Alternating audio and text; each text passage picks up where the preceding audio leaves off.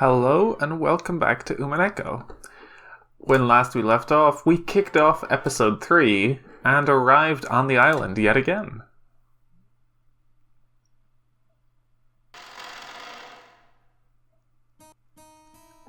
What? You mean 6 years ago? I mean, I was still in elementary school back then, right? It's pretty unfair to expect me to remember everything, don't you think? True. Especially because we were so young. We've grown a lot in these 6 years. If I hadn't been introduced, I might not even have remembered you. Really? I figured he was Battler right away. And when he opened his mouth, I was sure. Ooh, I just met him for the first time. Didn't know him 6 years ago. That's right. Maria-sama was only 3 years old then. Well, the same goes for me. I only knew Maria when she was 3 years old, and since she's grown so big, of course I wouldn't recognize her. After lunch, we had all gone out to the beach to walk around, talk, and take it easy. Our parents were apparently having a suspicious, complicated discussion, so we ended up leaving them behind. Well, just as I'd guessed from the start, the conversation focused on me, since I'd been away for 6 years. Still, you've really gotten tall. I wouldn't call myself short, but your height really surprised me. That's right. I remember well what Battler-sama was like 6 years ago, but I was surprised even so. Yeah, seriously. I can hardly believe this is the same Battler we knew back then. I'm surprised how much everyone remembers about it. My memory's all hazy. Yeah, I'll bet. Looks like it's taking you a while to remember us. You know, that hurts a bit. Come on, this was 6 years ago, right? I'm the one who has it bad for being forced to remember. Are you saying that you can't remember well because it was 6 years ago? I can remember it as clearly as if it happened yesterday. Well, your memory's great, after all. You remember the kind of things Battler did back and said back then pretty clearly, don't you? Come to think of it, that's right. Shannon's memory can be incredible when you'd least expect it. Ooh, I'm horrible at remembering. I remember fun things, but can't remember boring things at all. Ooh. We all laughed, saying that everyone was like that. Shannon. By the way, what was Battler like 6 years ago? Remember any interesting episodes? Let's see. I'm sure that he said something like this when he left. I'll be back. See you again. I'll surely come for you riding a white horse. Yeah! Stop it! It's so embarrassing!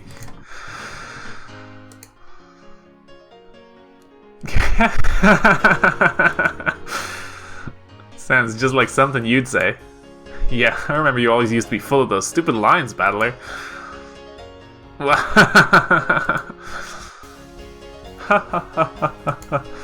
It really does sound like something Battler-kun would have said back then. Ooh, embarrassing? Is that embarrassing? Yeah, horribly embarrassing. Maria, I'm sure that when you're in middle school, you'll want to say embarrassing stuff like that. When that happens, make sure you write it down and read it 3 times before saying it out loud. If you don't, you'll definitely regret it. Still, everyone has to pass through that pitiful period. That's right. That's how you learn your place, learn shame, and become an adult. Yeah, it's one of those bittersweet things everyone does in adolescence as they transition to becoming adults. A memory you just want to forget. After all, this was all stuff I let slip out without thinking, so I didn't remember the words exactly. But now that those words were being recited to me, they were as embarrassing as all hell. I only recently came to understand this weakness, and was working hard to avoid such careless outbursts.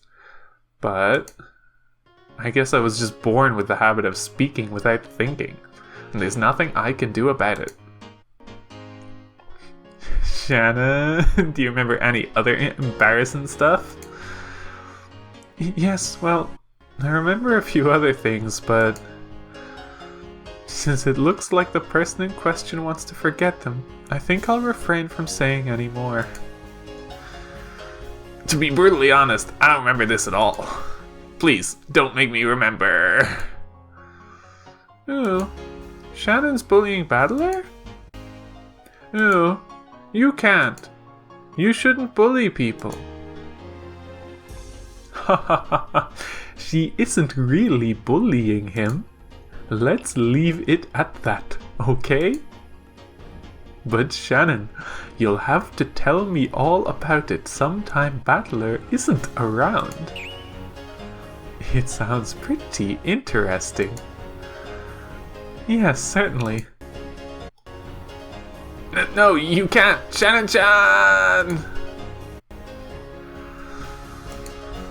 For a while, George Aniki laughed at me, as though warming up for when Shannon-chan would tell him about more of my embarrassing misspeaks.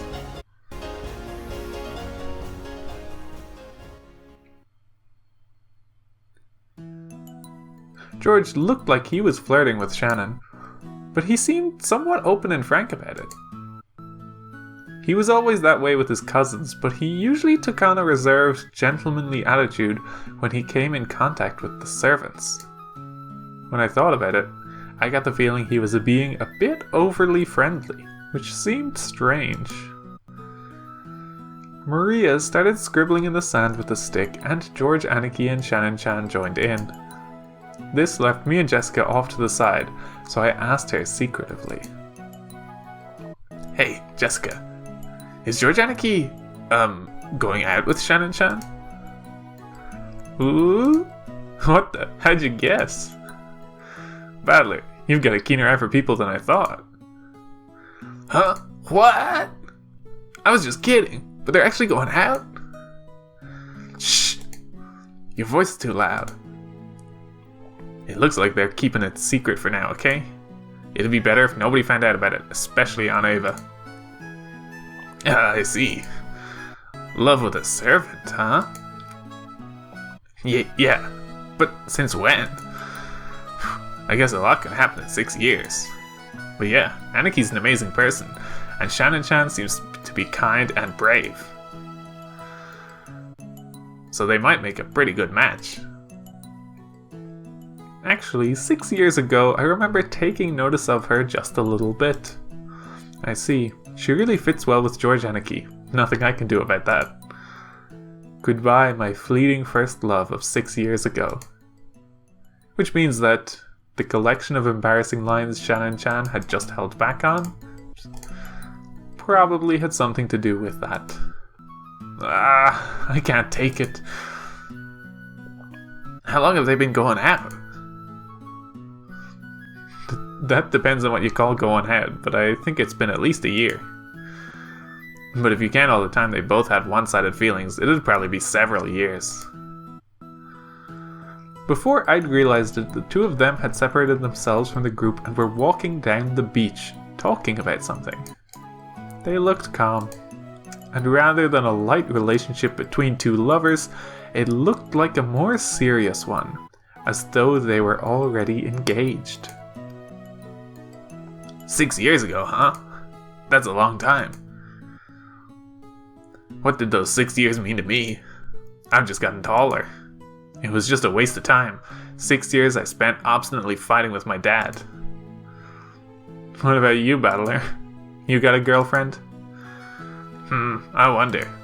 There's a few girls that I have fun with, but there's no only one. I guess I'm just a kid. I think it's more fun to be noisy with a large group of people than being alone with one person. That's so you, Battler. But take your relationships with your female friends seriously. When girls get wrong impressions or form a group, it can be scary, you know? They might be having secret feuds over you behind your back, with people getting hurt or crying. That's so weird. I think I remember getting the same bit of advice from one of the girls in my class just last week. What's this all about? Why can't everyone just have fun together? Do people really want to couple up that much? It's probably because you've never found a partner like that, Battler. Well, you might run into someone sooner or later. You've just gotta wait patiently. What? It almost sounds like you've already found a partner like that. What about you? Have you gotten a boyfriend? Huh? Me? No, Come on, that reaction's so easy to understand. From the looks of it, there's some boy you're thinking about, but you haven't been able to confess to him yet. Something like that.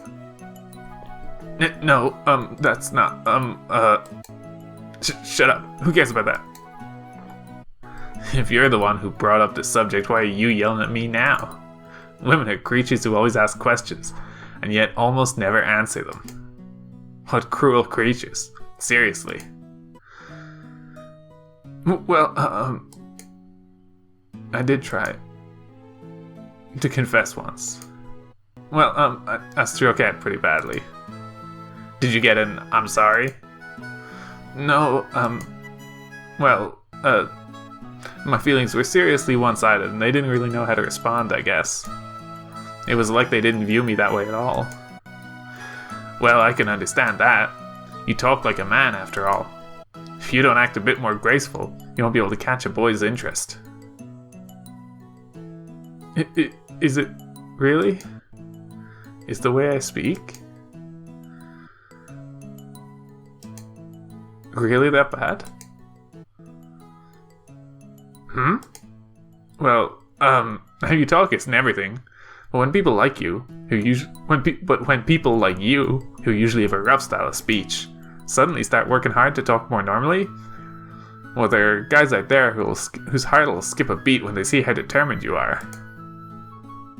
Is that really true? I see. Yeah. Jessica suddenly started talking more meekly, and then her face instantly went slightly red. I see. Even though her confession didn't go well, it looks like she still hasn't given up. But still, I get it. After seeing how close George Aniki and Shannon-chan have gotten, I also kinda want to find a girlfriend. 6 years. 6 years of puberty are pretty important, and they went by pretty fast. As the typhoon approached, the clouds grew steadily grayer. But even so, I had this really refreshing feeling. Maybe I'll try thinking more seriously about the opposite sex, more than just the size of their boobs. By the way, it looks like George Aniki's going out with a servant. Don't tell me it's the same for you. Huh? What? Why do you think that? Come to think of it, that kid Canon-kun who greeted us in the rose garden. You were covering for him pretty intensely, considering he was just a little awkward at talking. No, that's not... Now you're getting paranoid. Then tell me just one thing. Right now, is the boy you're after within 1 kilometer of this spot? Well, about that, I wonder... Canon-kun was the only boy on this island now who could possibly become her boyfriend. So, judging by her reaction, I was right on. I didn't think of the Ashuramiya family as a noble family, but love with a servant? I wouldn't have dreamed that 2 pairs of Romeo and Juliet would be right next to me. Aunt Ava would probably become an obstacle to George Aniki and Shannon-chan's love. If Aunt Ava ever learned that Shannon-chan was the partner of her only beloved son, she'd probably scream at her for trying to steal away her precious George. And a relationship between Jessica and Canon-kun would probably be just as full of difficulties. Aunt Natsuhi was also very strict about that kind of thing. After all, Jessica's husband would probably become the head of the Ashuramiya family in the future. If that person had once been a servant working for the family, well, things would get complicated. Well, love is different for every person. As long as you're with someone who's fun to be around, does anything else matter? When two people pair up, they don't need anyone's permission, as long as they accept each other. Worrying about what your parents or family will say means you've already lost. Don't forget that. You'd better not go out with someone with mixed feelings. Can't believe you're saying something so philosophical sounding, when you haven't even been in love. Don't treat love like a matter of profit and loss. It's about heart. That's all I have to say. Well then. See you again. Have a nice day. Wow. Yorjini-san, Shannon-chan, listen. This guy, he said another one of those lines. I didn't say anything. Wow, don't make fun of me. Ooh, I heard it. See you again. For a while, we forgot that the wind was getting stronger and played around on the beach. I grew a lot in these past 6 years. Being able to celebrate my youth and meet with all of my cousins was truly refreshing. It was a bit late now, but I realized that I should have gotten back together with everyone a lot sooner, and returned to the Ashuramiya family. It sure is nice to have all the cousins together every once in a while. Ooh, I like it too. It's really fun when all the cousins get together. That's right. We're already old enough. It's not like we couldn't meet each other when our parents aren't around. It might not be a bad idea to gather the cousins together and play every once in a while. That's a good plan. Maybe we should set up something like that the next time we get a chance. Yeah, I agree. I hope we cousins can stay friends forever. Hey, if you make such a big deal of it, you almost make it sound like relatives usually end up hating each other. George, Aniki, and Jessica laughed, but it felt just a little strained. Did I say something wrong? Judging by how our parents made quiet expressions and tired faces every once in a while during the boat ride and at the airport, maybe I should have kept that to myself. You're right. It's just like Jessica said. Let's always be friends to each other. Ooh. Me too. We're all friends. That's right. Yeah. We'll always be together. We'll always be friends. Man, we've been saying some pretty embarrassing stuff. I feel kind of awkward. But I think it's very important. People are creatures who find it very hard to stay together, much less remain friends unless they truly desire it. That's right. You really can't take everyone being friendly for granted. Oh, a witch I know said it. Happiness won't be granted unless everyone believes in it. That's true.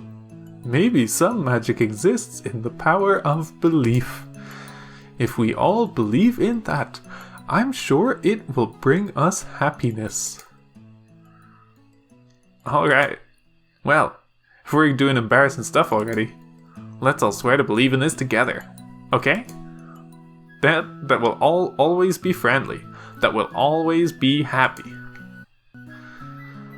Like hell we'll all end up with our parents. Like hell we'll end up like our parents. As if we'd ever search for each other's weaknesses, going after grandfather's fortune. Okay, we'll always be friendly and happy. Let's all believe in that. No matter how much we cousins tried to nostalgically have fun, dark clouds continued to approach Rokkenjima. I wonder if the typhoon will pass and let us see the clear skies before we leave this island. Who cares about what our parents are planning? Who cares about the inheritance and the honor of our old family?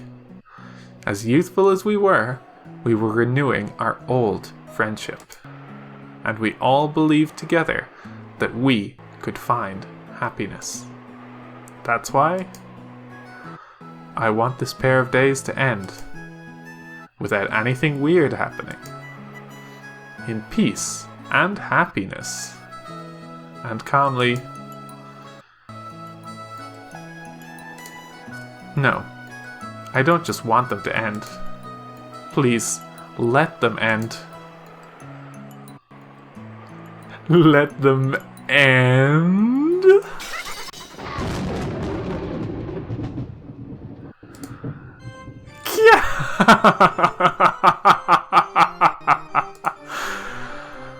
Damn it! Don't show up, don't appear!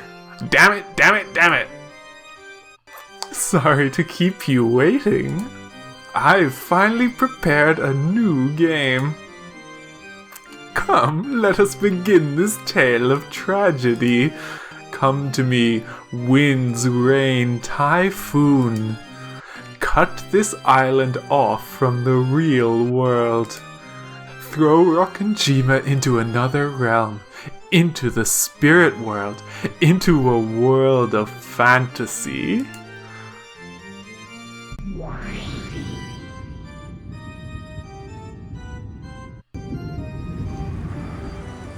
And so, the tale repeated for the third time. However, to an endless witch, what did it matter whether it was the first, second, or third time? It probably didn't matter at all. After all, this was a tale of fantasy, endlessly repeating until the match was settled. Would Battler surrender first, or would the witch?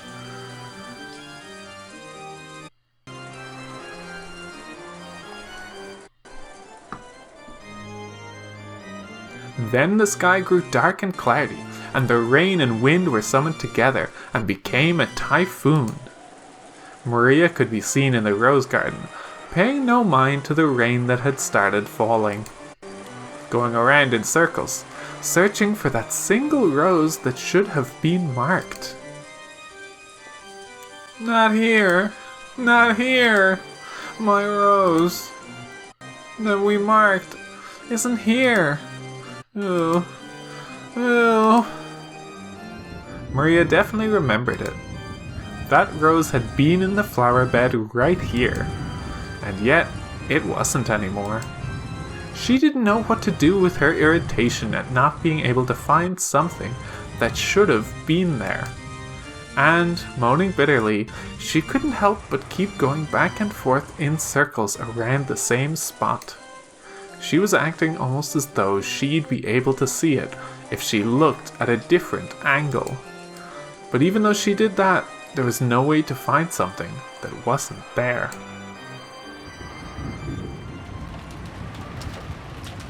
The wind grew increasingly strong, and the rain turned into cold, large drops.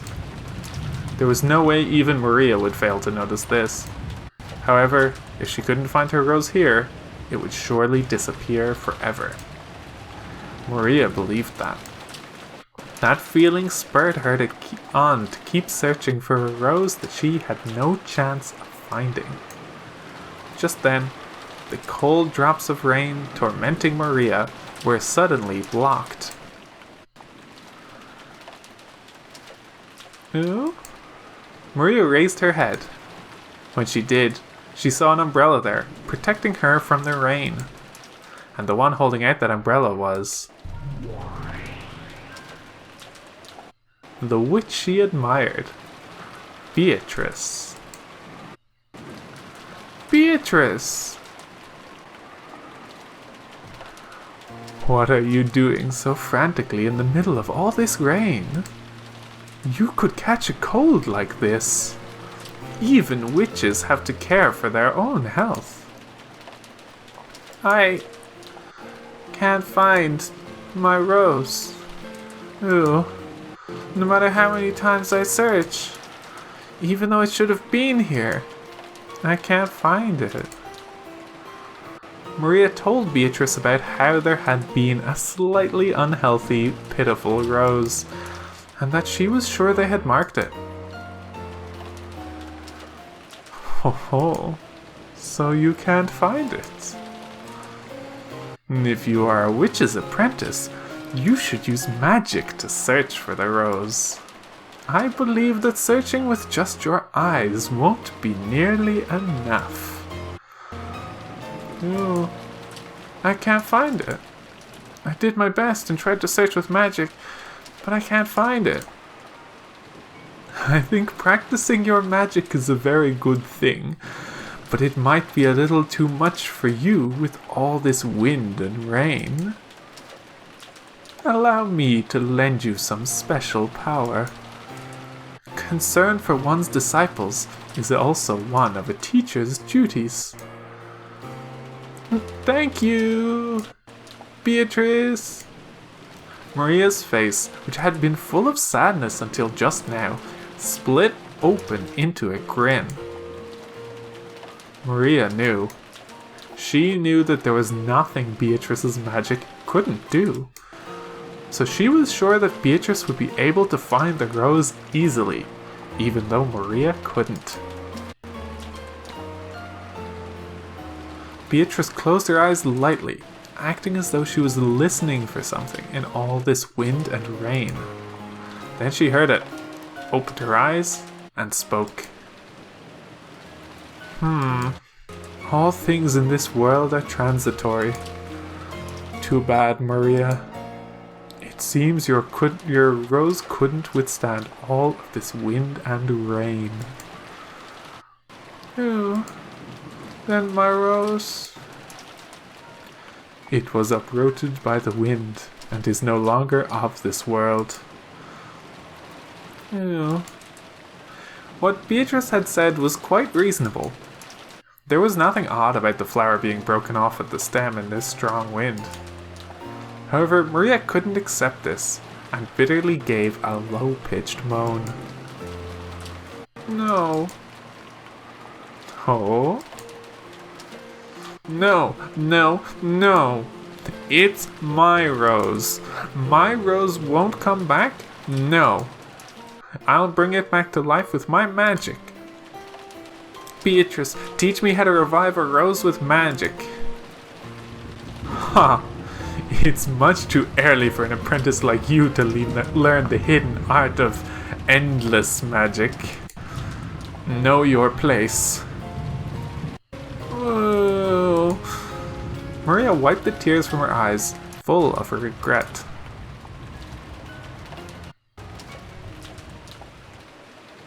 Beatrice shrugged her shoulders and chuckled at Maria's pitiable expression.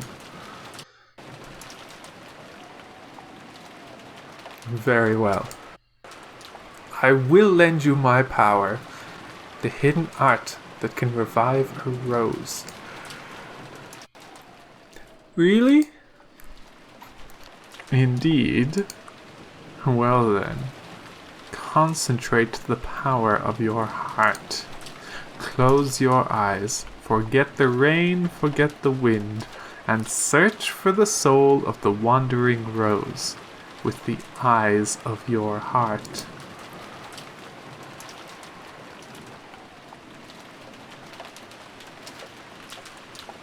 Oh. Maria closed her eyes. Then she repeated Beatrice's song-like words. Come, try to remember. Rose, what form did you have? Come, try to remember. Rose, what form did you have? Don't look, don't listen, and believe. Release the power of your soul from the cage of flesh that imprisons it. That's it.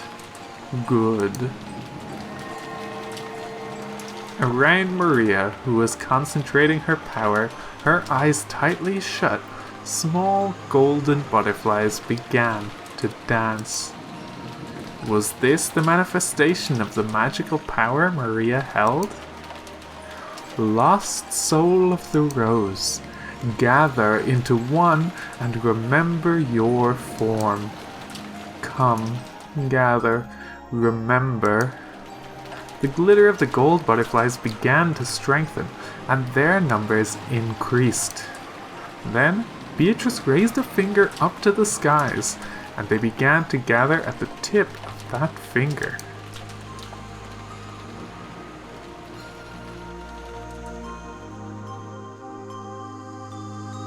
This was the miracle of the golden magic. The gold butterflies began to condense into a single dazzling grain of gold. It was a single glittering gold seed.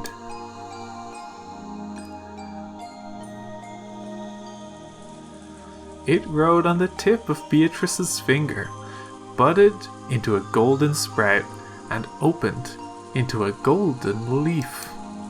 It then slowly fell from that fingertip, sank into the mud of the flower bed, and began to grow steadily. Maria, who admired magic and the witch, really wanted to see this fantastical sight. However, as an apprentice, Maria was still not qualified to see it. No, she was probably afraid that, if she opened her eyes to look, the power that she had concentrated in her heart would be cut off, and the magic would be lost. Therefore, Beatrice, as the only one permitted to witness this golden miracle, was the only witch, the sole master of many miracles. Then, the fully grown rose bloomed, creating one golden flower. And when Beatrice poked it with her finger in just the right way, the gold-colored sparkle scattered, just as if a golden soap bubble had popped, and what remained was a single, beautiful rose.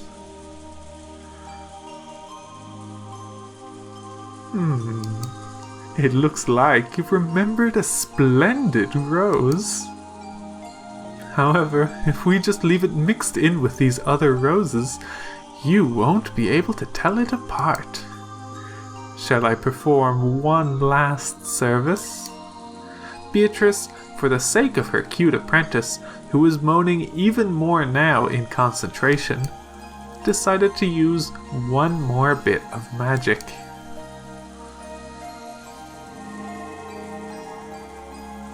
When she snapped her fingers, a single gold butterfly appeared, fluttered around, and landed on the flower that had just been revived.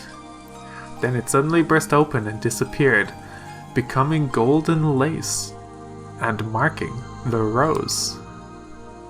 That will do. Maria, you may open your eyes now. You? Where's the rose?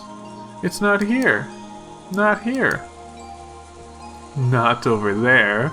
Over here. Look, I've marked it with golden lace. What? You did? Awesome, awesome, awesome, awesome!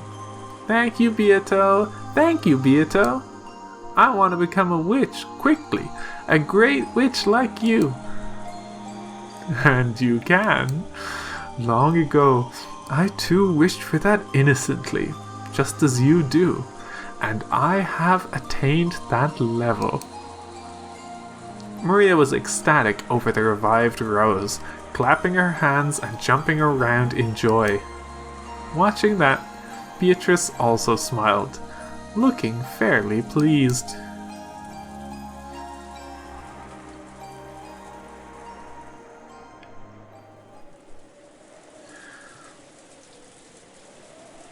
By now, I can break and repair any soul if I try, not just that of a rose, and kill and revive as I pleased. Come, the barrier of the storm has now sealed Rokkenjima off from the natural world. Now is the time for the Golden Witch Beatrice to descend as an endless witch. Beatrice pulled from her pocket an envelope with the family crest, the one-winged eagle, and gave it to Maria. Maria frolicked around at being selected to be the witch's messenger. So, Kinzo, I've come to join in on your fun once more. My preparations are already complete. What of you? Have you prepared enough coins to bet in tonight's game?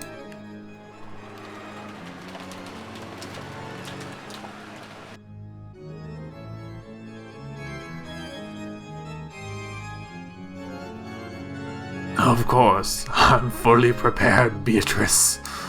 I've assembled a plethora of pieces. I'm ready both physically and mentally. So then, let us make the ante.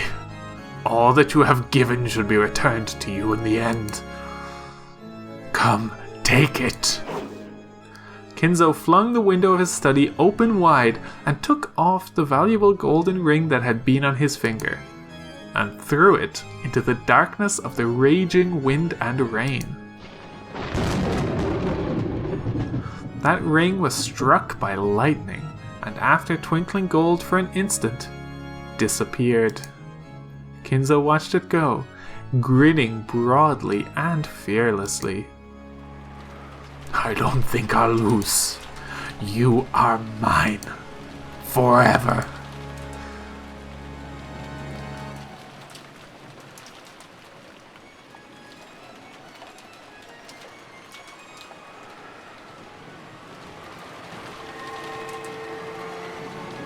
The ring that Kinzo had thrown became a single gold butterfly and fluttered around in the wind and rain. It headed for the rose garden, almost as though it was being guided there.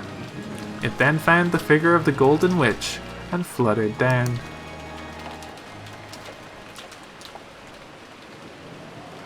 When it came down right in front of Beatrice, it burst open and returned to its original form, flying through the air.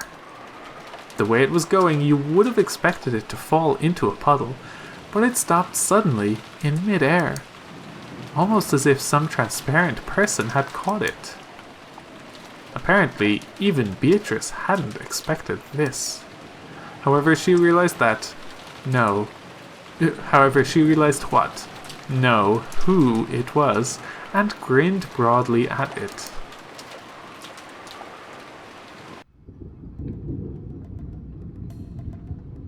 As she did, the shadow of the person who had caught the ring began to fuzzily appear.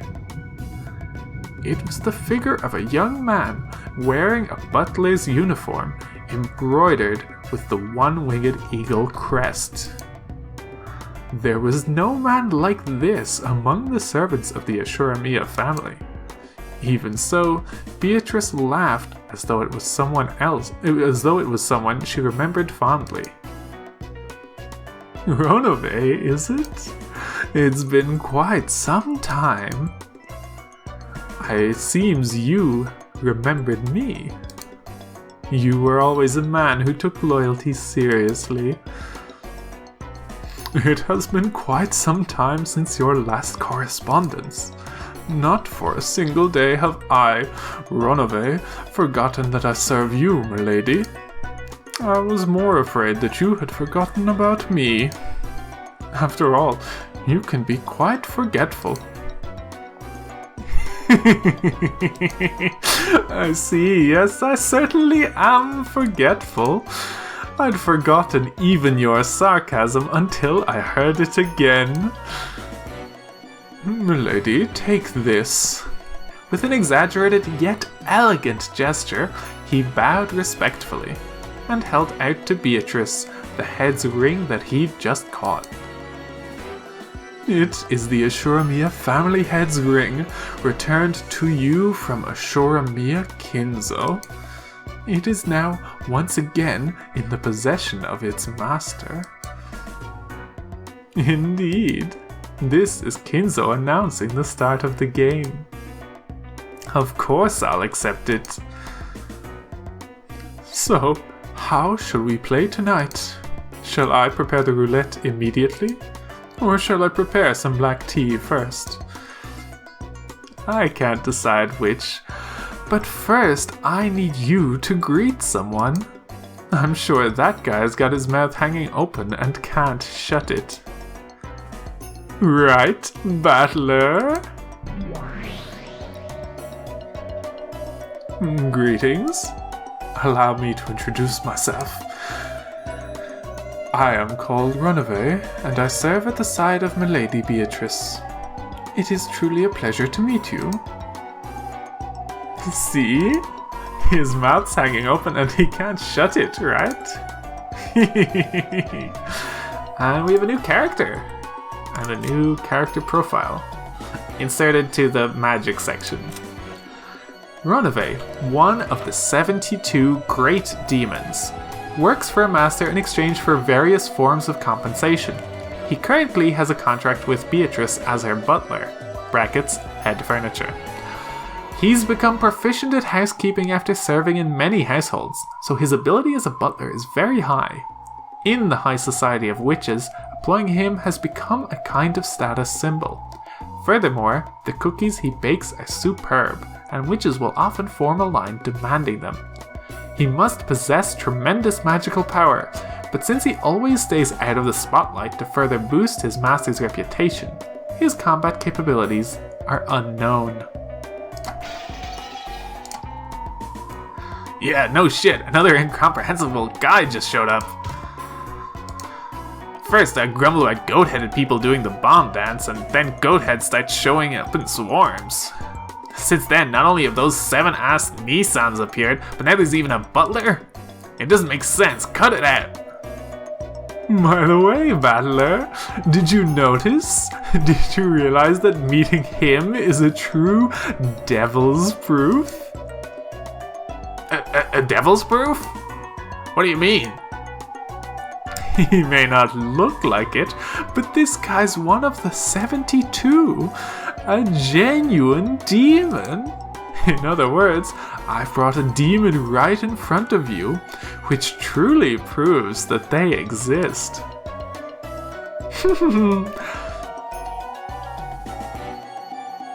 It is an honor to meet you. While my name is amongst those of the nobles of hell, I now serve as the head furniture of Beatrice-sama, who despite being a vulgar human, is a great witch of such caliber that demons flee before her. He's a very useful man, but he's impudent with his words. Frustratingly enough, he sometimes forgets to respect his master. Nothing in my contract specifies the manner in which I am to speak. Would you like to change that contract? It keeps me entertained, so it's fine. Beatrice turned her back to him, cackling. After bowing once to her back, Ronove turned back to Battler and stuck out his right hand, showing off an innocent smile. Normally, this would mean that he was asking for a handshake. What is this supposed to be? I am another who has been subjected to Milady's whims. In that sense, I'm sure we could become good friends. This is a handshake of friendship. Of course, this in no way implies your entry into a contract with a demon, so fear not. Sorry, but I'm right in the middle of a big fight with your master. I only shake hands with an enemy after we've beaten each other up in a rainy schoolyard and are all worn out, like something you'd see in a teen drama. Remember that. I see. To shake hands with you, Battler-sama, I must create a fitting atmosphere in a suitable location, exchanging sweet words and physical language with you that rings true to your heart. When the opportunity arrives, I shall arrange for such an encounter. I must say, I simply love situations like that myself. As Ronove laughed tauntingly, he whispered to Battler, bringing his face so close that their noses were almost touching. Battler, his face turning red after getting so close to another of the same sex, pushed him away. You're a creepy bastard. I see, just right for Beato's butler. It is an honor to receive such words of praise. I'm very confident in my tea brewing abilities.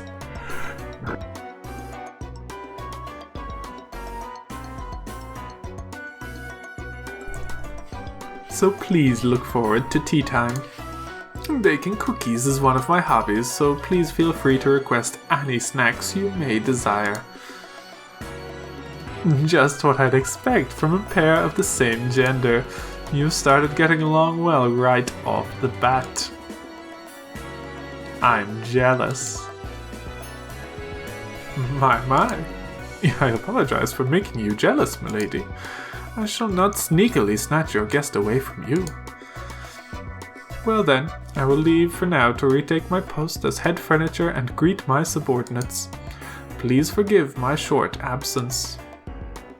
Indeed, only the common goats and the 7 sisters used for the ceremony have manifested themselves.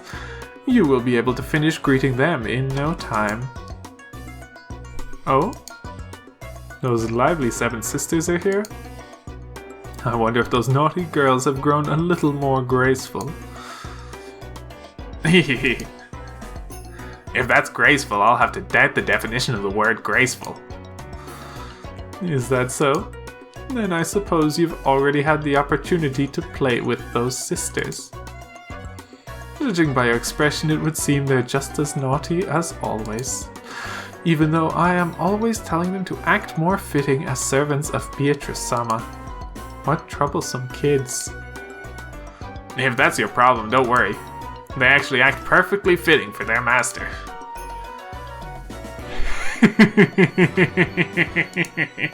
Now even you have begun to say it. However, a conversation means that you accept your partner. The fact that you've started to respond to my idle chatting proves that you are gradually starting to accept my existence. Heh. That's because, even if the sun starts rising from the west, I will definitely, absolutely, never accept that you're a witch. You might want to try a more positive approach, like crying and kissing my shoes. Even if Battler was bluffing, he still spoke forcefully, a fearless expression on his face. The witch and her butler snickered together, realizing that their guest had regained more than enough of his willpower to attend to a new game. And the preparations were complete. After Runaway exchanged a few words with Beatrice, he bowed silently to Battler, scattered into several gold butterflies, and disappeared.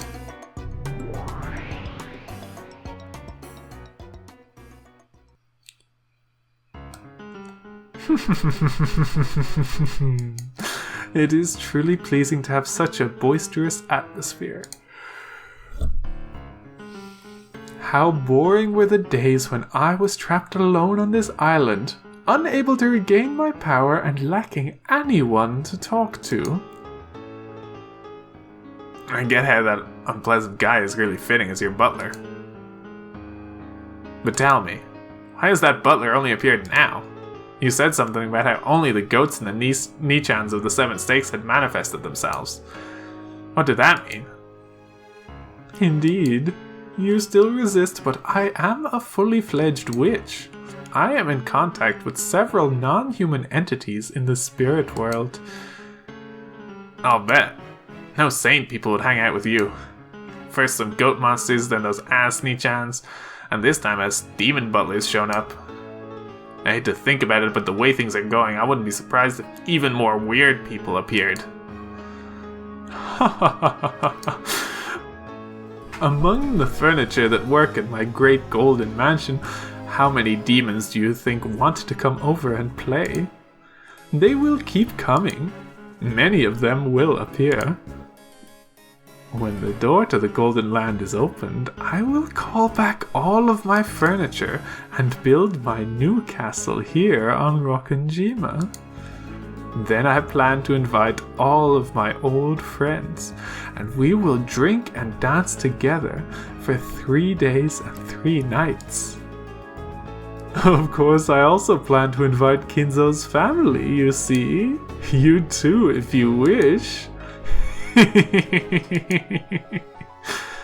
So is this what you mean? That since you lost your power for a long time, you couldn't summon them? And then, since your magic power has been gradually increasing, you've become able to summon more and more monsters? It is as you say. You stopped a hair's breadth before crumbling, but your heart is already wavering, and you are unable to deny that I am a witch. That wavering in your heart has been slowly restoring my power as a witch. So are you trying to say that creepy butler appeared because I decided to surrender? That's right. Bit by bit, you are surrendering to me.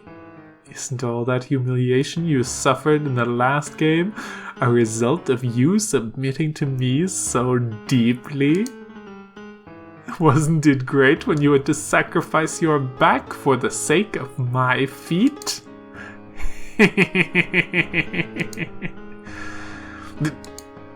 Damn it! I thought I'd be able to keep things as they were as long as I didn't accept you. But it looks like that was wrong. Correct. The closer you get to surrendering, the more the game will swing in my favor. Isn't chess the same? In the process of cornering each other's kings, we trade several pieces. Of course, I still haven't cornered your king. And furthermore, you're giving it everything you've got just to help your king escape, and have lost several pieces to me, as well as a large advantage.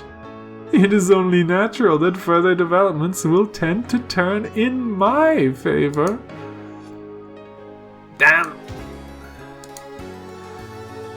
From now on, you will probably be frantic as you try to avoid my checkmate. However, as you do, I will steal your pieces from you, one by one. In the end, you'll have lost everything but your king, and you won't be able to escape no matter how much you try. Then you will receive a true checkmate. You were talking big last time, weren't you? Something about how you'd never accept me and would torment me with eternal torture? Only witches who have reached the endless level can talk about eternity. That's been beyond you ever since the beginning.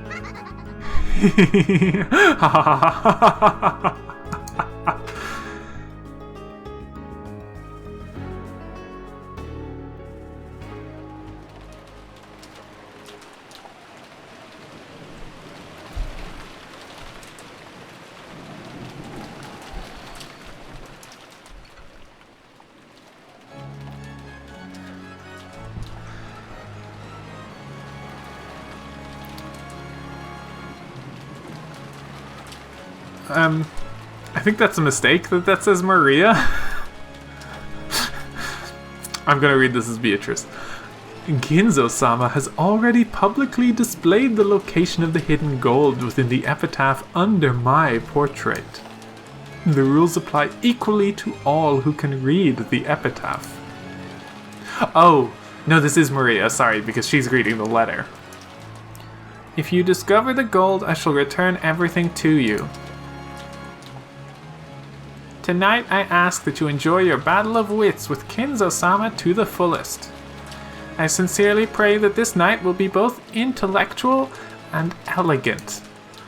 Beatrice, the Golden. When Maria finished reading the letter that Beatrice had handed her, everyone was at a loss for words for a while. And then they all broke the silence at once. Ridiculous! What a worthless, vicious prank! Seriously, there is no way Father gave up the head's ring. Beatrice? Ha! What a transparent prank, hoping to confuse us just by bringing up that name. Hey, who filled this dessert up with a little too much punch? I want to applaud and praise you, so come clean, okay? Rosa? Oh, of course not! I wouldn't pull a prank by assuming Father's name. Then Anarchy? Anarchy? Me? Are you an idiot? It was me-san, right? Only he could plan something this vulgar. Are you trying to mock me? I'm the one who wants to question you.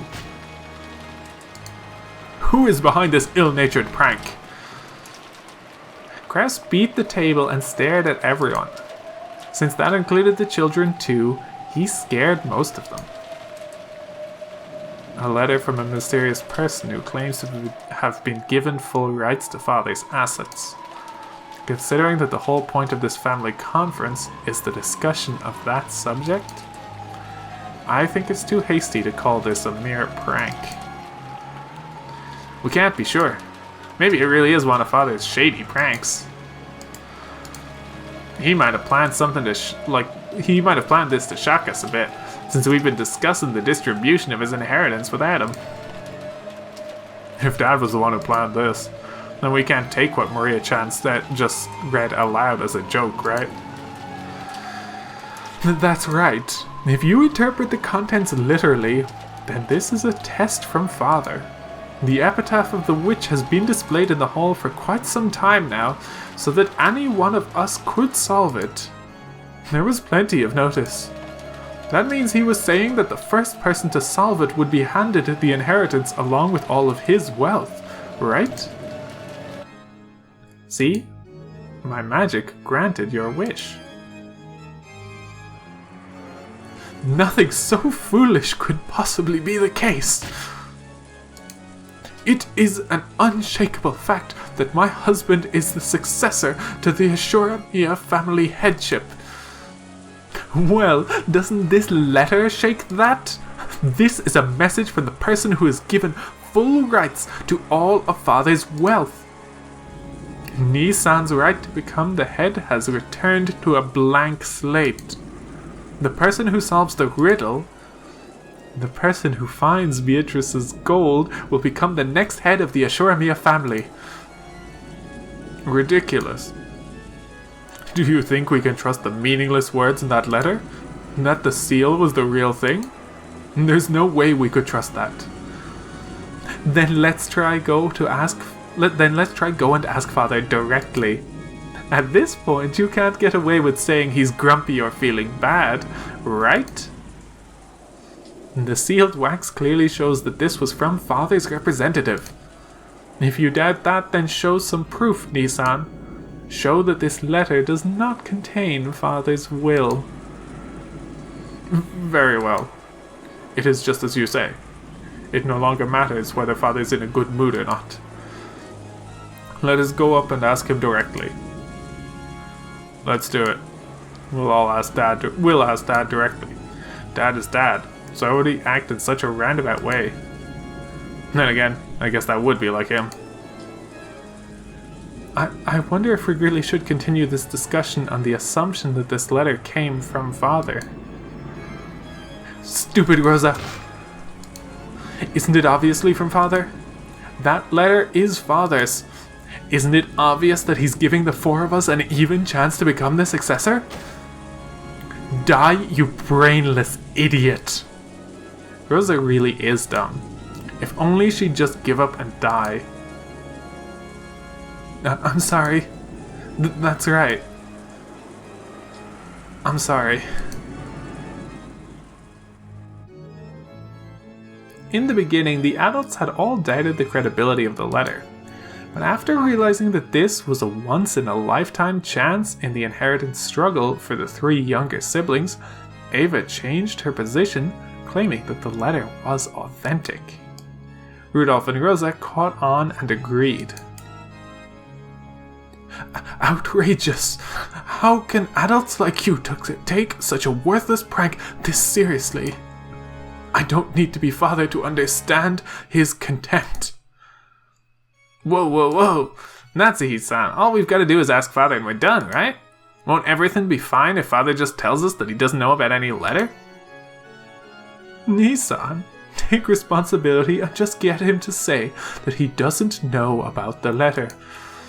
This is no time to get scared just because he's in a bad mood, okay? He's still scared of Father at his age, that idiot. If only he'd just give up and die. Yeah. Let's get this settled clearly. He's probably eating in his study right now. Let's have him settle down. Let's have him set down his chopsticks for just a moment. It's decided. Let's go. Kyrie, wait here for a while. We'll go to check whether it's true or not and come back quickly. Thank you. I'll wait patiently for Goda-san to bring in dessert. The four siblings, Natsu and Hideyoshi, all rose from their seats forcefully and flew out into the hallway with a clatter. Afterwards, only the children, stunned completely speechless, Nanjo, who looked uncomfortable, and Kyrie, who just shrugged, were left.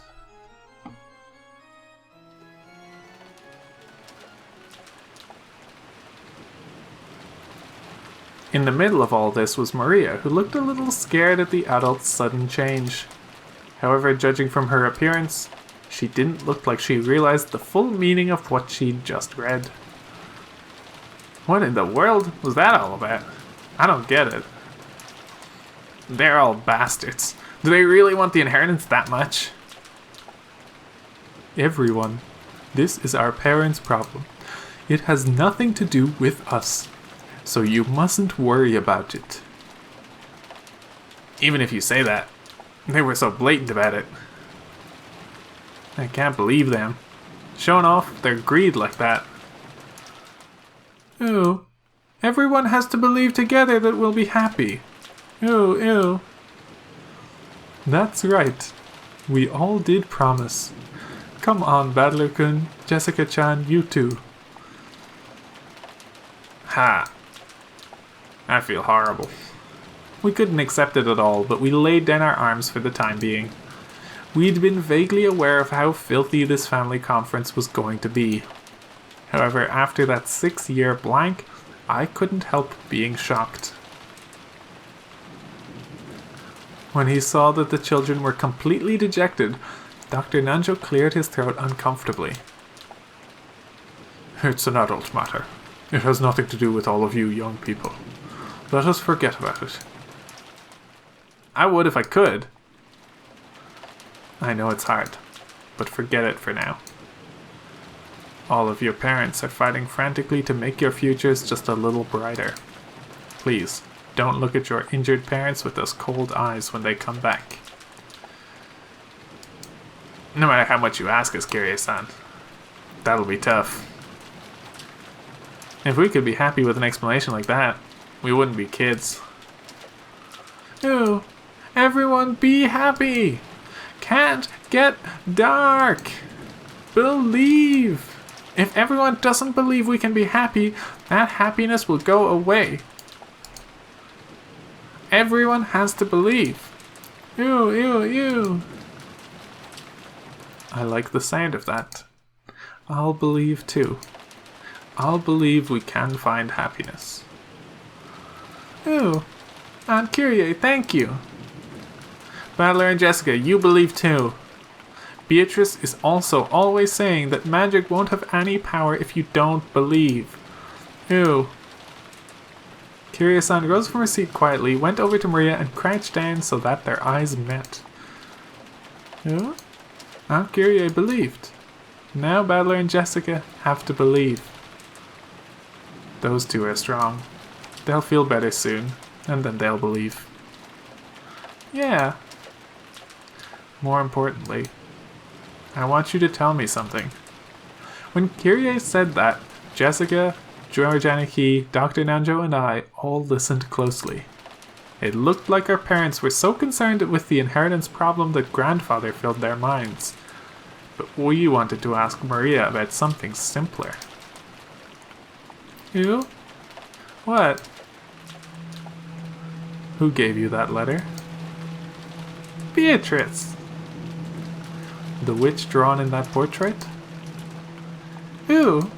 She gave me this letter and an umbrella. And she used magic to fix my rose that was broken. Beatrice is an awesome witch who can do anything. Could you tell us about that in a bit more detail?